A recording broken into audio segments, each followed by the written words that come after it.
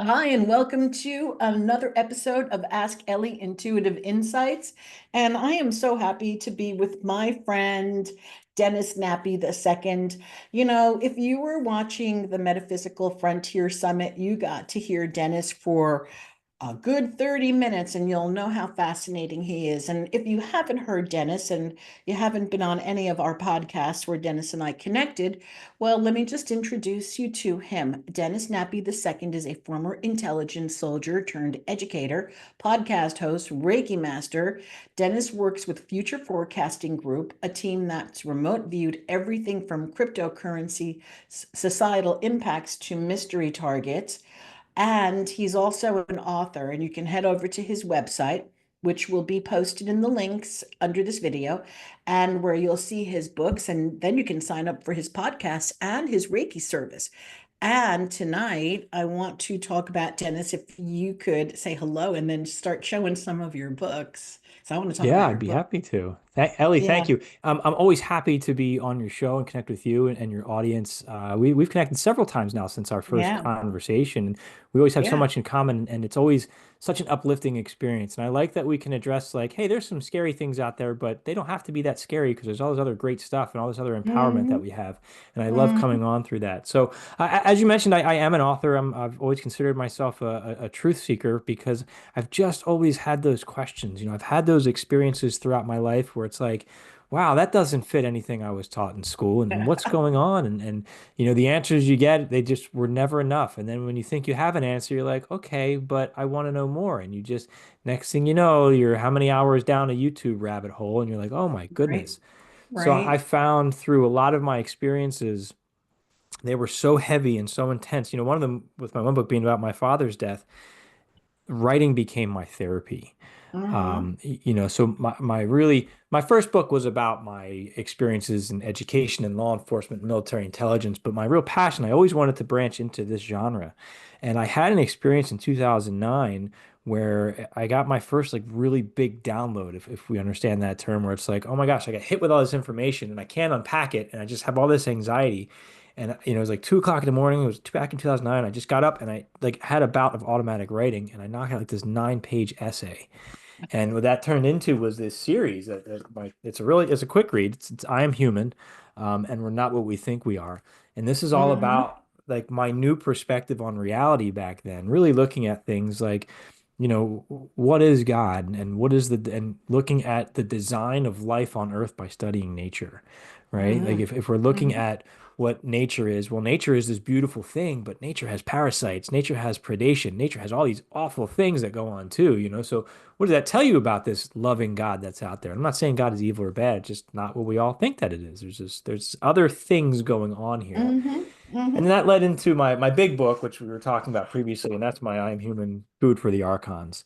And that book Right, started right. out really as like I am so scared because there's these energetic parasites because what happened to my dad was so awful when he died. And it's a research heavy book, and 46 different sources on that book mixed in with my kind of my life spiritual journey. And this book really, I put my whole heart and soul into this project, and it Mhm. started out by me just being in this state of desperation of there's a lot going on beyond our five senses. We're Mhm. being manipulated and we're being fed on by these energetic beings. But as I was writing this book, I found source after source of this power that we have, this connection that we have, this energy that we have that most of us are ignorant of. Yeah. And I found solid research, so like not only experience, but research, things like out of SRI and Stanford Research Institute and the Monroe Institute of our ability to connect and gather information from beyond the five senses to perform things like energy healing, to astral travel. And since writing this book, I've had opportunities to put my money where my mouth is to actually learn how to do these things. I have learned Mhm. Reiki. I have become a remote viewer. I have done these things. I have demonstrated like, yep, no, this is real. We have this ability. Mhm. Mhm. And I shifted from this perspective of like, we're all in trouble and there's nothing we can do and we're all going to live this life of suffering to we've got so much power and it's Yeah. such a cool, scary at times, but such a cool journey with the things that we can learn to do. It takes time and practice and Mhm. dedication, and you have to go through it. So that was that series with I Am Human. I hope I have started sketching out a template for a third and maybe final book in that series where I want to take a lot of my remote esoteric remote viewing data and put a book together because we've been on some Hmm. wild journeys with future forecasting. And then I'm Yeah. also part of the Hellfire group. And now through future forecasting, we're doing something called the Rabbit Hole. It's run by Cool. Daz Smith. Yeah, it's amazing. Daz runs it, and it's me, it's Coral, Coral Cart, Dimmy, and Susan. And we looked. Our first target was Mars, the lost civilization of Mars. And Ellie, that was one of those life-changing Oh my experiences for God. me. Didn't I you post some? I didn't read it. You posted something about it. Is that right? Or was that just a quick short? I saw it. I saw something. No, they published. I did a podcast because I do a podcast. I have my own company where I do my own podcast for Six Sense Right. Media, and then I do a podcast for Future Forecasting Group. So I Okay. did a podcast for Future Forecasting talking about my remote viewing experience in terms of what's it like as a remote viewer and what was I working through. Like I like to talk about, the good and the bad things that I go through, but also the data and the effect that it had on me with my session and how I followed a Martian woman. In summary, they're all sitting in their homes and then they get this psychic signal all of a sudden and everybody just gets up and they just leave. And it was like this, I called it like zombies or drones, and they just walked and they went to this like underground facility. And then I saw this giant cataclysmic impact. This meteor just hit the Mm. planet and it was awful. And these people were underground and they were trying to find, and this was, I guess, a million years ago or so, but there was another ancient civilization that was older than them, and they were digging, trying to find technology from the ancients. Um, Ah, and ultimately, most of them didn't make it. It was very sad isn't the right word. I just had such a deep connection to these people, watching what they went through. And at the same time, I was having like before I knew what the target was, because in remote viewing, you're blind. You don't know what you're right, looking at. right. So Go ahead. do we do now I know hold that thought, okay? Do we need Sure. to share really quickly like what targets are and what blind is? Sure. I mean, let's Yes. okay. Great All right. question. Great question. Thank you. We'll So come back to Mars, okay? We're gonna we come can right come right back. back. I Okay. think I All have right. my brain is on Mars right now. But so in remote viewing, ideally you want to have a double blind target, which is I don't know who the tasker is and I don't know what the target is. A lot of Mhm. cases you know who the tasker is. So like I know when Daz is tasking me out.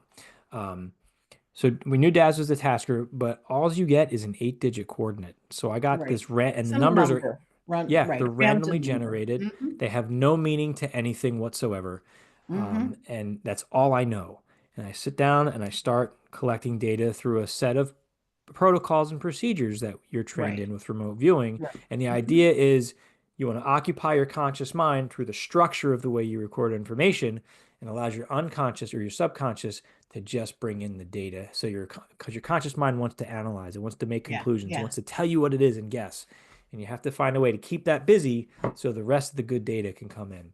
Hmm. So I Hmm. went through and I would do some sessions and then Daz would look at my work and he wouldn't give me any feedback saying this is right, this is wrong. He'd say, go back to page 5 and where you drew this sketch, tell me more about that. Hmm. So anyway, I ended up telling this story about this, this cataclysm, this giant meteor impact and the civilization. And the rest of the viewers, we all told the same story. And all of our Oh, boy. sketches aligned. And then we all had different pieces of it too that all fit in. And it was Hmm. such a just a profound because with remote viewing, as we're gonna lead into in a minute, you have this what's called division of effort, where everybody will get corroborating pieces, but you'll also get other aspects of the story from each viewer. And it's fascinating how that works. And it's like, are we tapping into this one machine and we're working almost like a mini collective, like a mini hive mind, Yeah. and that's something that has always fascinated me is the idea of this hive. Um, and I think on some levels as humanity, we're already connected to a hive. And I look at where we're going with AI, and this is something that's really occupied my mind a lot. Now, I'm giving an intro, obviously, to a plug to my book series, The Hive. Right. But I Um, want to finish. Can we? I just want to finish with the Mars. Okay. yeah, So sorry, I'm jumping around. My ADD's kicking in today. Sorry. Let's go back to Mars. What questions do you I have on love it. Mars? I love it. So you reported back and you did a Yes. podcast on what you saw and then all of the things that have come together for you and the experiences, which you could obviously fill volumes and now you're Ellie, you're just frozen on me. Oh, Am I you're back? back. Okay. Okay. All Yep. right. You So froze real quick. now these can all of the information that you have gathered between your own remote view and then the others that have been Hmm. collectively working together can fill volumes, and now you'll just have to wait until there will be some sort of other confirmation. Basically, if we Yeah. think back to like Ingo Swann with the rings of Jupiter, Yes. have wait years and decades for some sort of confirmation so that it's not like, oh, what science fiction. But people can find this on where could they go to listen to this podcast? Futureforecastinggroup.com. My podcast, I believe, is on the Future Forecasting YouTube channel. Go to futureforecastinggroup.com and you can find I'll the put a full link Mars in there. debrief. They Okay. will, I believe, next month, if you're not subscribed to the company, I believe they're starting a pay-per-view. So if you just Mm. want to watch the Mars thing, you can purchase that at a very reasonable price from what I understand. The podcast, I believe, is out for free, where I'd go and take a deep dive and talk about my experience in the data, which is still a fascinating conversation. So I believe that's on the YouTube channel, and I can send you a link for that All right, and if I'll it's not put on those future links down forecasting. below. Yeah, in case Absolutely. anybody's All interested. right. Okay, got it. We tied that up because that's Yes. fascinating. And I just remember seeing part of it and not taking the time to listen to the whole thing and saying, And, "Oh, this is interesting." and Because here's a Mhm. go ahead, I didn't mean to cut you off. I'm so sorry. No, because I wanted to talk to you about the hive, and then we had all these other things that we were going to talk about, AI Yes. and nanodust, and all right, let's go to the hive now. So let me Okay, let me give another segue here. okay. Ellie, I feel like I'm going to slow down a minute because I'm so excited right now because you're touching on all my passions here. So I'm all over the place. Me too. Um, but I feel like I'm on this, and I have a lot of moments where I'm questioning, like, am I crazy? Is this all in my head? But when No. you're on this spiritual journey, Mm-hmm. things on a certain thread of information just start coming to you, right? You don't even Mm-hmm. have to look for it. Once you realize, hey, I'm interested in this, you start finding information that connects things, Mm-hmm. and more things start to connect. And so I mentioned briefly, like I'm a Reiki teacher, I'm a remote viewer, I'm interested in Mars now, I'm interested in AI and the hive mind, and uh, so as a Reiki teacher, I was running a remote viewing project with what we call the Hellfire Remote Viewing Club, and it's a lot of the same players I already mentioned. And I created a target where I wanted to look at the origin story of Reiki. And the long story short of that is there was a guy by the name of Dr. Usui, and he was a truth seeker. He wanted to understand, he wanted enlightenment, kind of like the Buddha, right? When I read his story, I think, man, this is like a lot of spiritual people I know. We want to know more. So we're learning all these things, trying these different techniques, trying to connect with a higher power and really get that enlightenment. So that's what he's doing. And he's so frustrated because he can't figure it out. He decides he's going to do this one meditation where basically he's going to go sit up on Mount Karama in Japan. He's going to fast and he's going to meditate, and he's either going to achieve enlightenment or he's going to die. And that's where he's at. He's like, I'm in. I'm all in. And on the 21st day, he's emaciated, he's not feeling great, he's meditating, and all of a sudden, boom, he gets struck by lightning, and the world has changed for him. He's all of a sudden he feels better, and he's running down the mountain to say, I had my moment, and he trips and he falls and he bumps his toe and he really hurts his foot, puts his hands on his foot, and all of a sudden he healed his foot. That's how he realized, like, oh, this is Reiki. So I listened to that story and I was like, that sounds weird. Like, is this some kind of just a great story to bring people in, or is this what really happened? So I used remote viewing and I tasked the viewers to look at that moment to see what was this energy. And I wanted to look at actually, I don't want you to remote view the story. What really happened? Is this just a guy who made Mm-hmm. something up after meditating, or did he really have an Mm-hmm. experience? And what Mm-hmm. surprised me, Ellie, was that the team brought back information and they specifically named Mars. And they described an energy coming from there. And they described this, it was like a technological energy. And some of the viewers described them as nanoparticles, like nanotech. Some of the Mm-hmm. viewers described them as spores, as in like mushroom Mm-hmm. spores. Now, we Mm-hmm. know that mushrooms, if you've read the work of Terence McKenna, mushrooms can travel, their spores can travel through space and survive. And there's a whole theory on like the mushroom intelligence with people who study psychedelics, which is fascinating. So we go through this Mars target, and Dimi said she was describing some life on this planet, and she said it was mushroom-like and spore-like. Mm. And I said, that ties into our Reiki session that we did. And I had this data of this energy that was, I called it this living natural technology. And it was like this energy that ran through the ground and integrated with their like rocks and things. And it was very hard for me to understand. And then when I started looking at Dimi's data and my data and thinking about things, I'm actually writing a book about this experience. Um, I wondered, is this a mycelium network that runs through the planet and was able to, they were able to connect with that energy psychically because of what the mushroom does, and also it physically connects to everything that it touches. So then I came across an intro or a podcast by Ben Davidson of Suspicious Observers, and he said, "Hey, I found this paper that was published by a NASA scientist, I don't know, back in the 60s or whatever, and he said that there was once life on Mars, and the life was mushroom based." And I'm like, okay, so now we're getting some validation here of this whole thing that's all starting to come together. So I look at that, and we have this, and what's happening? You get these minds that are connecting, right? I'm on this track. I'm getting information fed for me. So I just think that's such a beautiful potential, even though like it's really sad that that civilization potentially ended. Um, to piece this together, there's just something really beautiful and enriching about it. I can't describe the impact that it's had on me. It's just been so powerful and profound. Um, so I'm going to move on to the hive. If we're through the No, Mars stuff I now, was but going to let's just say something about the sure, mushrooms and everything. please do. So, the mushrooms and being connected again, mushrooms remind me of trees because it's all Yep. kind of connected under the ground. It grows underneath Hmm. and it's part of the system. And there's so much information coming out right now about plants and plant life and Yes.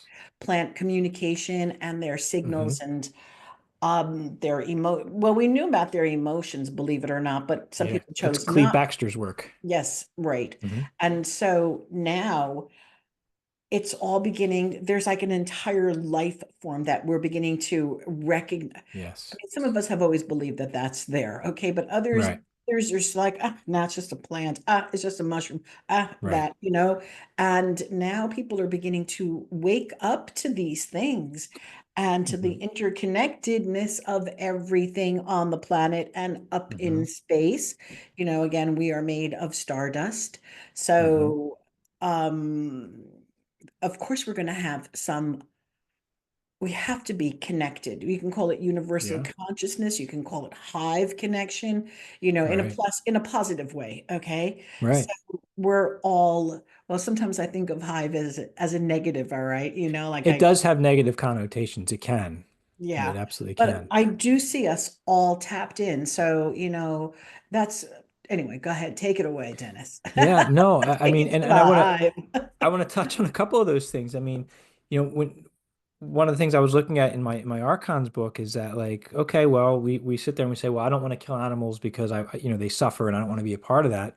But then when you watch the documentary, The Secret Life of Plants, and the work of Cleve Baxter, Right. the plants have what seems like a fear response and an emotional response Mhm, to mhm. death and to Yeah, and they scream. and They actually yes. scream. Hmm. Yes, and it was so it's like no matter what we do, when we consume something, there's a bit of suffering there, which Hmm. causes me to be really more mindful and respectful of like how I treat my food and have that honor Hmm. for it. I think there's no escaping it. And again, you can definitely get stuck in, and I think there's some value to be learned as long as you don't stay there in like, oh my gosh, we're ruled by some sadistic being that just wants us to suffer all the time. I like to believe that there's a higher educational purpose and we're in like this crash course of learning. And really, like, if things aren't hard, we're not learning anything. Like I say it to my students all the time. Like, if it's not hard, you're not going to learn. Like, it's got to be hard. Hmm. Sometimes it's got to suck. And we're Hmm. just learning really hard lessons here in this reality, in this existence. I don't Hmm. always like it, Hmm. but that's how I choose to perceive it. Because the alternative is it's hopeless, and I don't buy that at all. I don't buy that for a I second. always look at the alternative. Did you ever watch Wally with your kids? That TV, that Yes, it's great. Yeah, great that's movie. all right. To me, that's the alternative. All right, Wally, the people Right, on the spaceship, okay, right. and Earth looking like it does. That to me is the alternative. So Yeah. I need personally to know. I do believe this is another thing, though. I personally do believe that by raising our consciousness I and our think you froze on me awareness. again, Ellie. Oh, there you go. Oh, it's one of those You're nights. you're Okay. back. All right. Yeah, And we're that talking psychic stuff. That's why. it's true. And Uh-huh. by believing or even trusting, and let's use the word knowing, not even so much believing, knowing that we are Yes, there's all a difference. psychically Hmm. connected, that we can make a difference with our consciousness, that we can make a difference using love, authenticity, integrity on those higher frequencies, and that the plants will survive. And of course, we bless them before we eat them, or, Right. we bless I'm doing a 30-day water alchemy program right now with a Oh, group of wow. people where Hmm. we set intentions for the water. We place the Right. water. We know that water, and this is a whole other thing. You know that water, again, water takes on the shape. There's so much research done that if you put water on top of an image, Yes. something that you want, a healing, again, Reiki, the water will absorb it. It will come into your body, full circle, yada, yada, blah, blah, blah. And Hmm. so the more that we can recognize how connected we are to everything and respect it, we don't have to go down that Wally trajectory. Correct. And I think that's very important is there's a lot of fear coming out. And when I first was when I started getting into this AI stuff when I was doing the early days of my podcast. And it's scary stuff. And it's hard not to go to the Skynet scenario of Terminators coming and it's going to be bad and our minds are going to be enslaved. And that possibility, it exists. But I think what we're failing to think about is that, we have a lot of say in how that's going to go, in how we choose to interact with our technology. And I do believe that there's the possibility for a beautiful symbiotic relationship where we don't have to give up our humanity, but we can use AI to really enhance our lives. I do, it's with great power comes great responsibility. I Mhm. think there is that possibility. And we talked about the telepathy tapes earlier, and that's a scary thing to a lot of people Mhm. to have no secrets. But I think the potential for that is so incredibly beautiful. If you've ever had a connection with somebody where you finish each other's sentences, where you know what they're thinking and feeling, where there are no secrets, and like you're just, and I've had this not just romantically, but I've had this with people I've served on the police department with and in the military with, where like I know where he's going to be and I know what he needs and I know what's going on and I know how to protect this guy and I know he's protecting me and there's this telepathic communication without words. And it's Mhm. just a beautiful connection where we Mhm. are working in harmony to complete a task. Yes. And the potential of humanity, if we can unlock that and let go of our fears, you really can still hold on to your autonomy, but you're gonna release some of that privacy. But because what they're saying in the telepathy tapes is you can't be a part of this if you lie. You have to be an honest person in order to be this telepathic. And we all have our secrets, I'm sure. But a society like that, imagine if there were no secrets. Imagine if there was none of that, where you could just say, here's my exact problem, here's my exact situation, and you're just understanding that, and you can just work through it together. It's such a much more efficient way. So, I mean, that's my 2 cents there, but I really think that there is this beautiful possibility to share in something. And we don't always have to look at the scary. Like we're going to lose our minds. They're going to be in control. They're going to put their microchips in your brain. And I'm not saying that's not on the table. It I might think that, it might help right. though for some people. And But it will. no, I mean, Yes. I want to be serious here. But for a moment, also the idea of lying and having shame and secrets, that's Right. all that gets down to consciousness again. Hmm. Because in a Hmm. society where one does not have lying and shame and it's good or it's bad, or what one does is, it. again, it's that kind of like looking at being in a utopia. What if Hmm. everyone were in a space of authenticity and there was no reason at all to have to lie about anything? Because why do people lie? They lie because they're Right. afraid. They lie because they're Yes. afraid that something, they're going to get in trouble, Right. and what is this concept of getting in trouble? We could go down that rabbit hole, but we won't, like who Right. is they and who's that Hmm. ultimate authority that's going to put them into trouble? And when we Right. have different consciousness, we can remove, oh, you're not going to get into trouble. There is no trouble to get into. It's just Hmm. what's so. It's just what's so. This is what's so. And Right.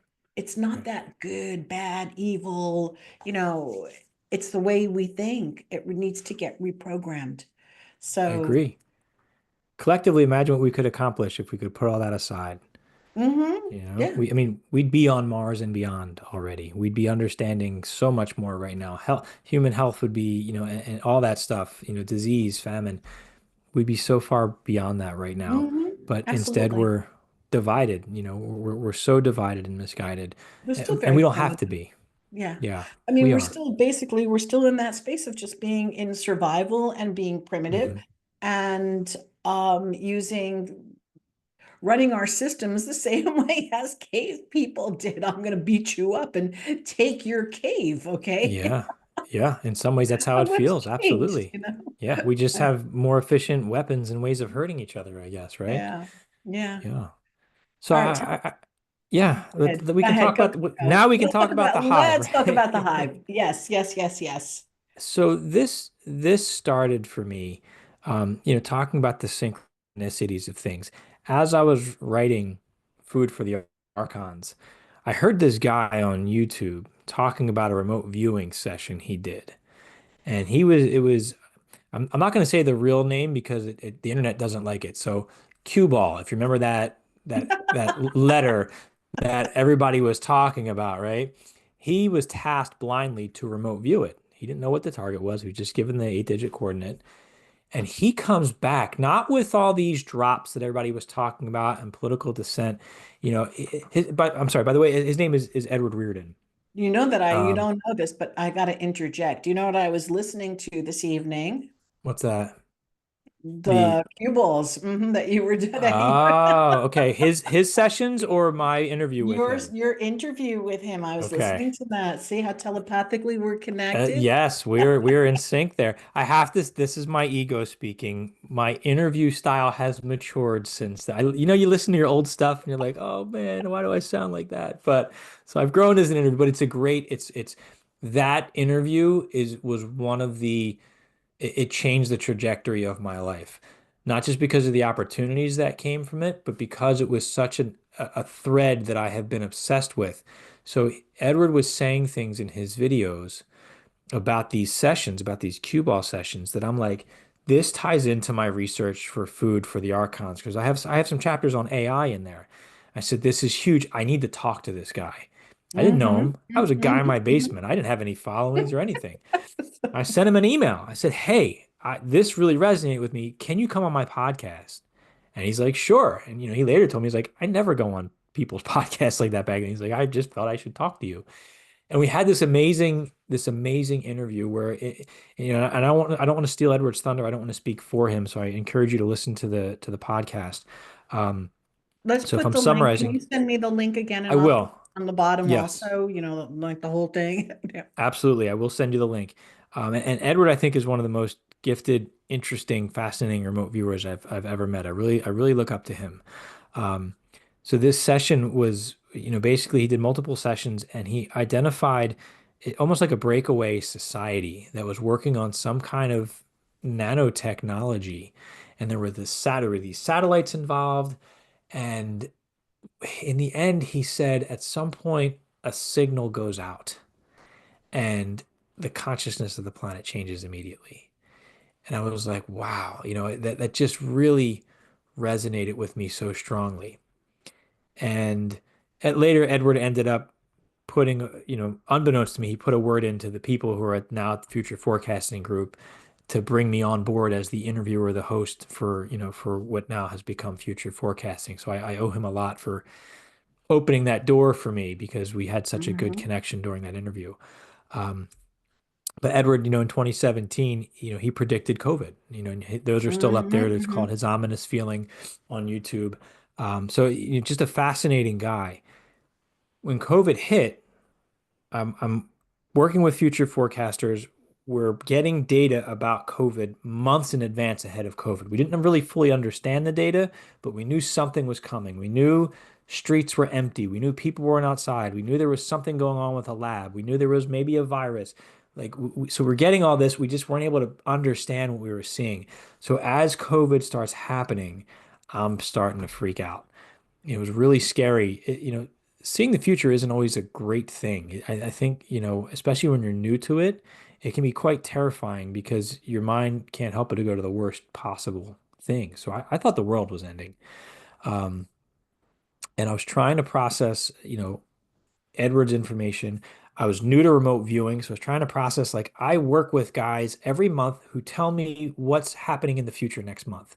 That was really messing with it was a huge paradigm shift. I knew it was true. I believed it. I researched it. But now I'm watching it happen every week and interviewing these people and like seeing it live. And then COVID hits, and we have that mess of whatever that was in the media, on social media. And then my wife gets sick with COVID, and she had it really bad. And that was right Mm. around Christmas. And I was afraid to say certain things on the internet. I was afraid to put certain things on my podcast, but I needed to get these feelings out. So I said, you know what? I'm going to do a work of fiction that's a fictional story surrounded by all this other stuff that I've been told over the last couple of years. And that's what The Hive was. The Hive was a story about a guy named Edward, as a tribute to, the influence that Edward's had on me. And, he's in a grocery store and everybody starts getting sick. And basically, the whole world came down with symptoms simultaneously. And you later find out like how they all got sick at the same exact time globally. And most people didn't die. They recovered. It was a rough virus, but they recovered. And then they start noticing there's this connection and they start changing their habits immediately and building things and creating things. But not everybody. So the first book's called The Hive, the virus, the infected, and the immune. So it talks about the virus, it talks about the people who are infected and what they're going through, and then the immune who are trying to figure out like it's like Invasion of the Body Snatchers almost like what is Mm. happening here as they're going through that journey. And I finished that book, and then I went, about a year later into the second book, which follows Edward had this woman that he was in love with by the name of Jasmine. So Edward was immune, Jasmine was infected. Mm. And as soon as she got sick, like he took care of her, they fell in love, and it was this beautiful like love story woven into it. But the more the hive started to uplink everybody, she says, you know what? I gotta go. And she went and like assimilated with the hive. And it wasn't like the Borg. They were bettering the planet. They were really working together, but the hive had some level of control. And I got into, I don't want to spoil too much, but with this book, it talks about Edward's love of Jasmine, and he pursues her through all of the alternate realities that get created through Mm. a hive mind. And he has all of these different experiences with her that really teach him a lot about himself, about spirituality, about this hive, about like all of this stuff. So, and that was me again, just trying to process a lot of these big things and these ideas of things that I'm seeing playing out in the world around me. Multiverse, parallel universes, alternate states of consciousness, telepathic connections, quantum entanglement. So all of these big concepts, and then the nanotech theme. What if Mm. nanotech is embedded in everything in the planet? You said it earlier, we're all stardust. Well, what if really stardust is just an advanced form of nanotech, right? Or something similar to that. When you talk about quantum entanglement, right? You can communicate with things. Time and space is no barrier. Mm. I Hmm. can I Yeah. can remote view something a million years ago on another planet. Now, we can't always verify that, but we are Can't getting verify it, but yes. right. Hmm. But Hmm. everybody brings the same story back, right? I can look at something, in the future, I can look at something that happened 10 years ago or 100 years ago, and I can verify what I looked at. So time and space really isn't a barrier. So Hmm. you really Hmm. have to wonder, like, what is the makeup here? So in books one and two, those were the concepts. And like book two, part of the love story, if you can, I'll hold up my cover here. I'm really proud of this cover. Like I have this fragmented heart, and that's a theme that keeps coming up because this is about fragmented realities coming together, Hmm. and Right. like there's obviously this love theme that comes through it too that I'm very proud of. with this story.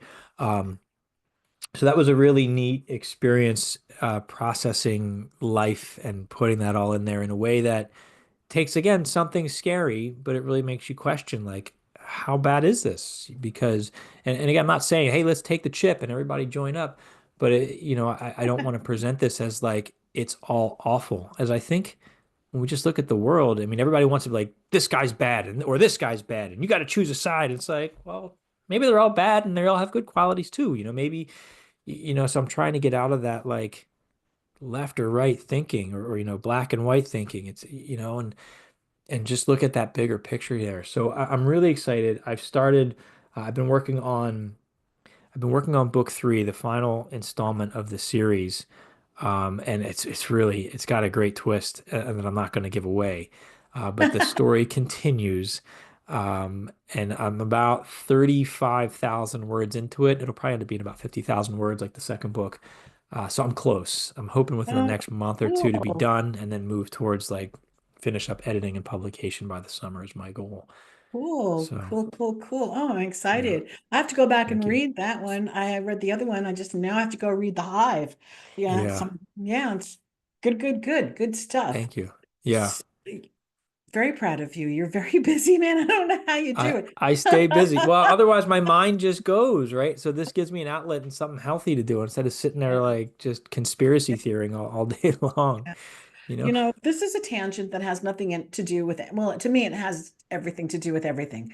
But Right. when in future, one of the things that I just found so fascinating for people who aren't really that familiar with what you do at future forecasting, it really brought it into like everyday life. I think it was Daz. Was it Daz who remote viewed the guy, the hoodie? Remember the assassination attempt on the CEO? Not attempt, the Yes. assassination of the Daz and CEO.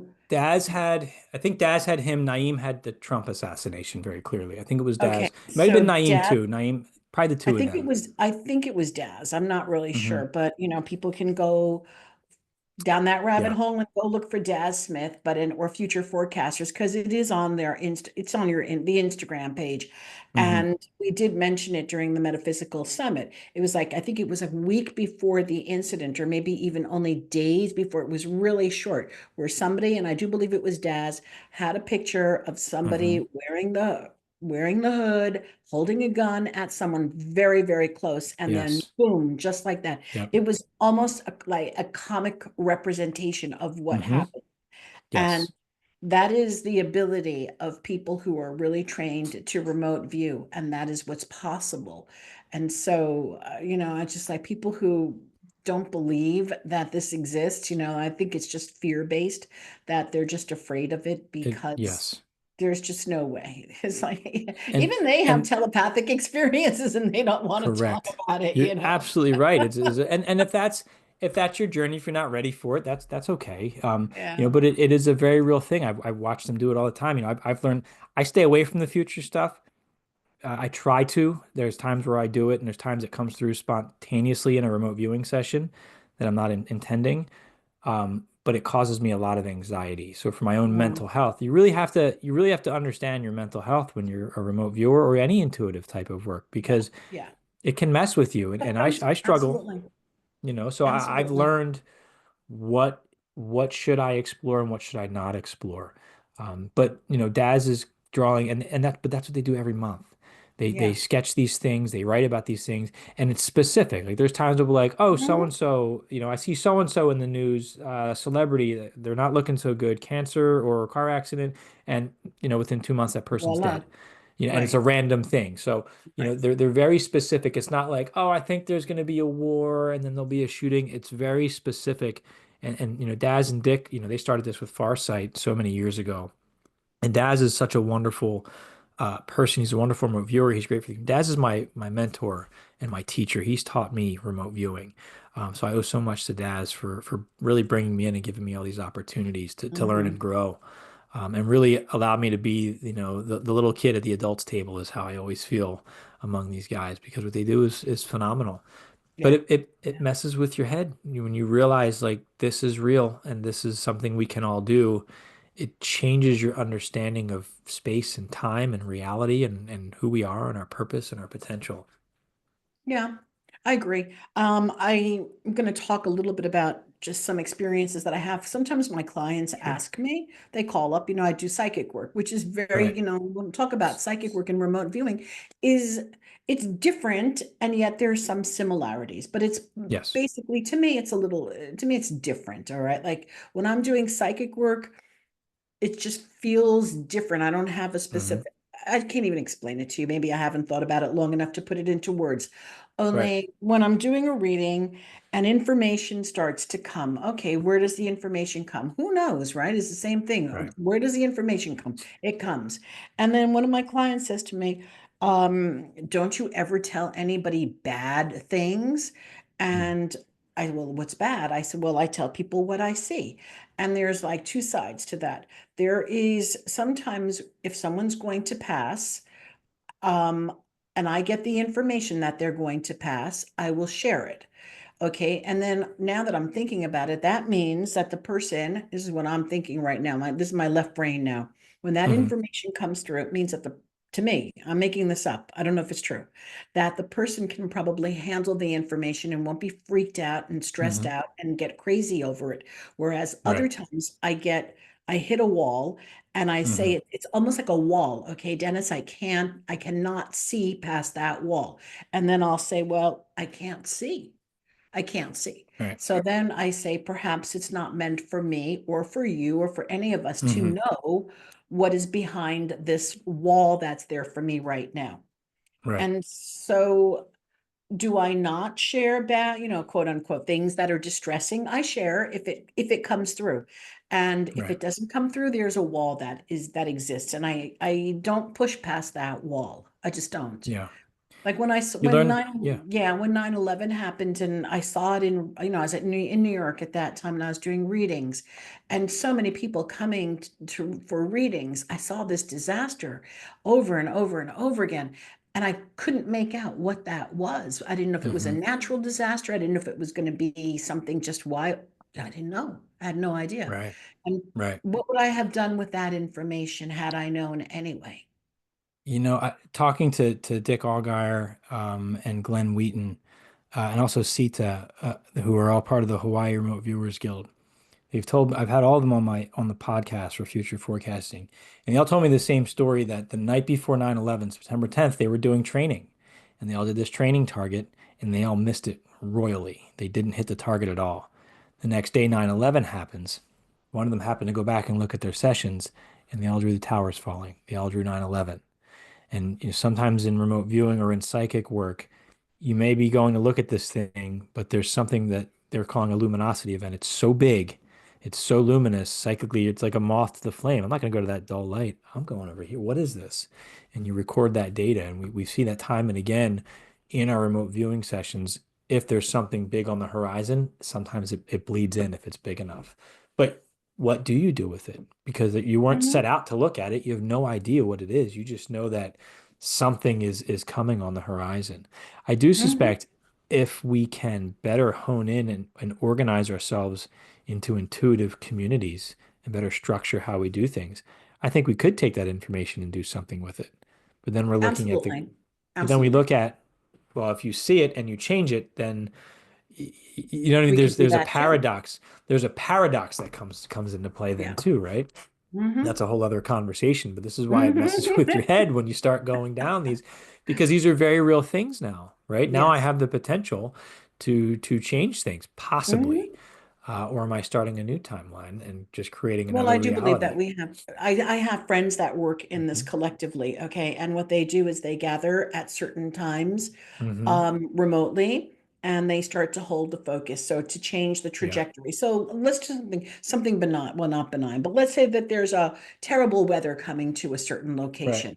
And everybody's panicked about this weather coming to that location, and it's really bad. Okay, so what they'll Hmm. do is, and like I said, they work on bigger projects than just, well, maybe the weather too, but they will just sit collectively, and it could take hours, and they will Hmm. then change the trajectory of what is going to happen. Yeah. And I have seen some remarkable results Hmm. of this, especially when it comes to certain countries at war with one another, or Hmm. events that we only learn about later. We don't know about these events because the Right. media either doesn't know or it keeps us from these events. And, we don't have access to all of that information Right. anyway. So by The design, the okay, by the design. Maharishi effect touches on that. Hmm. The 1% of people practicing transcendental meditation is enough to change what's going on in a given region. That's right. And that's We have that exactly, power. yeah, we do. Funny story. I interviewed Deb Cobble last night. She is the woman behind the 90s miniseries, The Intruders, about the alien abductions. I'm not sure if you remember. Bud Hopkins wrote a book, The Intruders, about her. We did a project for her, and I just interviewed her last night. And we were talking about the very same thing. We were talking about how the media is so negative, Hollywood's so negative, because they put these ideas in our mind because we don't recognize how powerful we are collectively, right? As our own hive, when we're taking that Hmm. autonomy and working together to manifest the realities we want. And as we're getting into it, she lost all power to her house for like 30 seconds. Mm. And then it came back on and she logged back in. I said, they're sending us a message. They're Yeah. they're they're monitoring. They're just saying, hey, we're watching you. So I think we were touching on something there with that.